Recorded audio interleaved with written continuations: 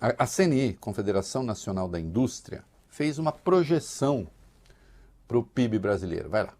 A Confederação Nacional da Indústria anunciou nessa quinta essa revisão para cima sobre a projeção do PIB. A expectativa agora é de uma alta de 2,1%, antes era de 1,2% no levantamento do primeiro trimestre desse ano. Para os técnicos da entidade, esse percentual será reflexo de um aumento esperado de 13,2% do PIB da agropecuária neste ano. Segundo o relatório, a indústria e o setor de serviços devem apresentar desaceleração.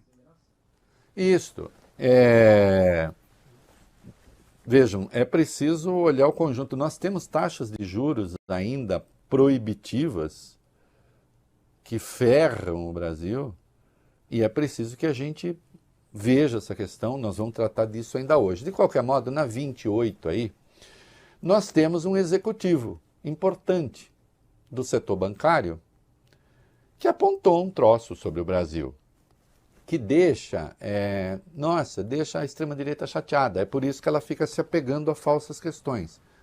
Vai lá. O vice-presidente de atacado do Santander, Renato Enisman, diz que o Brasil voltou à vitrine global e que a redução da taxa básica de juros deverá estimular os negócios no país. Apesar de um início de ano turbulento, principalmente com a revelação da fraude nas contas das americanas, as atividades do mercado começaram a dar sinais positivos recentemente. Com a melhora dos indicadores econômicos e o avanço de pautas importantes, como a reforma tributária e o arcabouço fiscal, o Santander avalia que o ano de 2023 não vai passar em branco e terá pelo menos uma oferta inicial de ações. Isto. E aí a gente encontra ali na 17A, Larissa, outras oportunidades, porque esse governo é um governo que não gosta, só quer Estado, não gosta do capital privado e tal. É mentira. Né? É mentira. Por quê? O que está prevendo a Associação Brasileira de Infraestrutura e Indústrias de Base? Vai.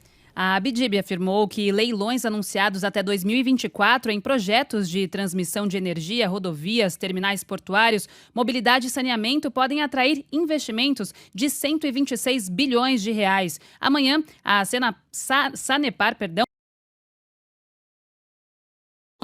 Companhia do Paraná, vai realizar um leilão de parceria público-privada para a rede de esgoto em 16 cidades. Ao todo estão previstos investimentos de 1 bilhão e 200 milhões de reais. Ainda há outros eventos previstos para este e para o próximo ano, mas que ainda não têm a definição de investimentos e não constam também na lista da associação. Olha, então vocês entendam que as coisas estão acontecendo, né? O Brasil voltou para a vitrine global, como disse o executivo. E não, esse não é um governo hostil ao capital privado, é mentira. Não é um governo privatizante, é outra coisa. Agora, as concessões, estas sim, vão acontecer, como aconteceram nos outros governos. Não acreditem no terrorismo, acreditem nos fatos. E na 19 aí, o Haddad falando da necessidade de cortar juros, né, gente? Hein, Roberto Campos? Eu vi hoje um negócio da Piauí Herald, de Roberto Campos, parece o Mauro Cid, não é?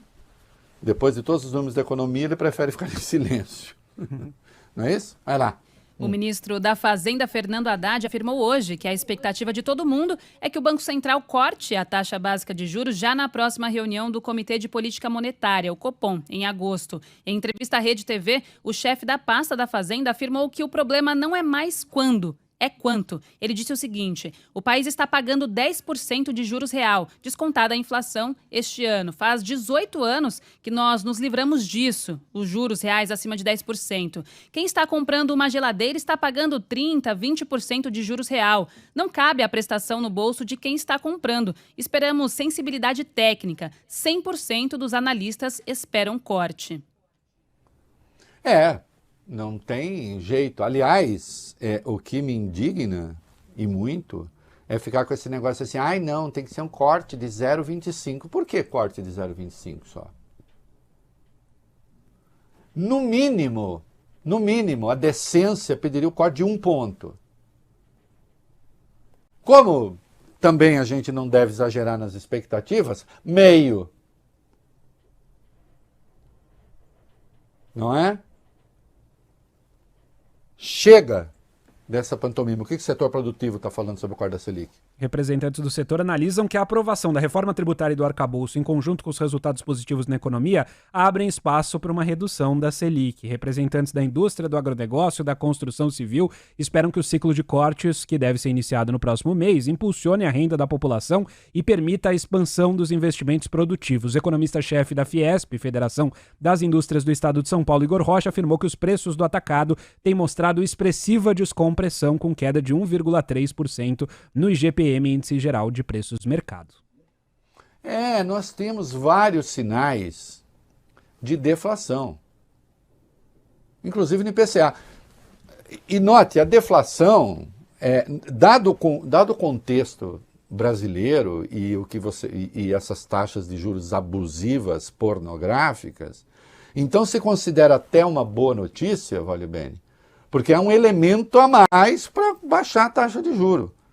Mas deflação por si não é uma coisa bacana. Deflação por si é um sinal de que a economia está andando muito devagar. Entendem?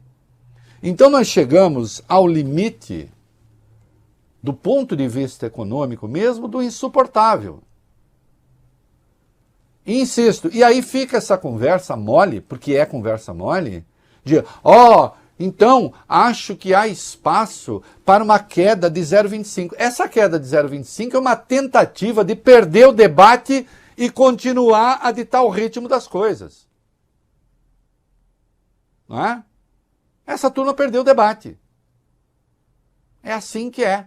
O que nós temos aí sobre a alíquota de tributação? O que o Haddad está a falar? Vamos lá. O ministro Fernando Haddad afirmou hoje que será possível uma alíquota padrão menor que 25% com a reformulação do sistema tributário no Brasil. Na declaração dada em entrevista à Rede TV, ele pede a redução de exceções no texto da reforma que está em tramitação no Senado. O chefe da pasta da Fazenda disse o seguinte: eu desejo uma reforma um pouquinho mais enxuta, limar o texto, tirar aquilo que pode causar insegurança jurídica. No tempo, eu penso que ela vai atingir o equilíbrio com neutralidade na reforma em um patamar de 25% para baixo.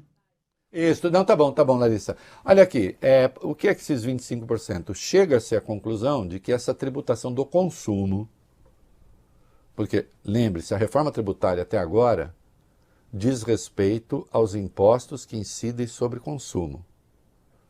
Não é isso? IPI, PIS, COFINS, ICMS e ISS. É aquilo que, no fim das contas, quem paga é o consumidor. As instâncias intermediárias vão recolhendo, mas quem paga mesmo é o consumidor. E se chegou à conclusão, bom, em média 25%. É uma tarifa alta. É uma tarifa alta, mesmo para os países que têm o imposto sobre valor agregado. Aí está dizendo, eu espero que seja menos. Mas, ao mesmo tempo, vamos entender essa fala do Haddad, ele diz esperar que seja menos e esperar que haja menos exceções. Isto é, setores que ou não são tributados ou têm uma tributação reduzida. Por quê, vale bem? É uma relação puramente matemática, eu diria até aritmética, com os números. Se você tem muitos setores que estão excepcionalizados, que não pagam o imposto completo ou não pagam imposto nenhum, à medida que menos gente paga, o que acontece com o imposto? Ele sobe, né? Evidentemente. Você tem que ter um patamar maior para compensar aqueles que não pagam. É a velha história. Se todo mundo paga menos. É como um condomínio. A hora que 1, 2, 3 não pagam, sobra, as despesas sobram para os outros. Não é assim? Sobra para quem paga. Então é isso, e o ministro está certo.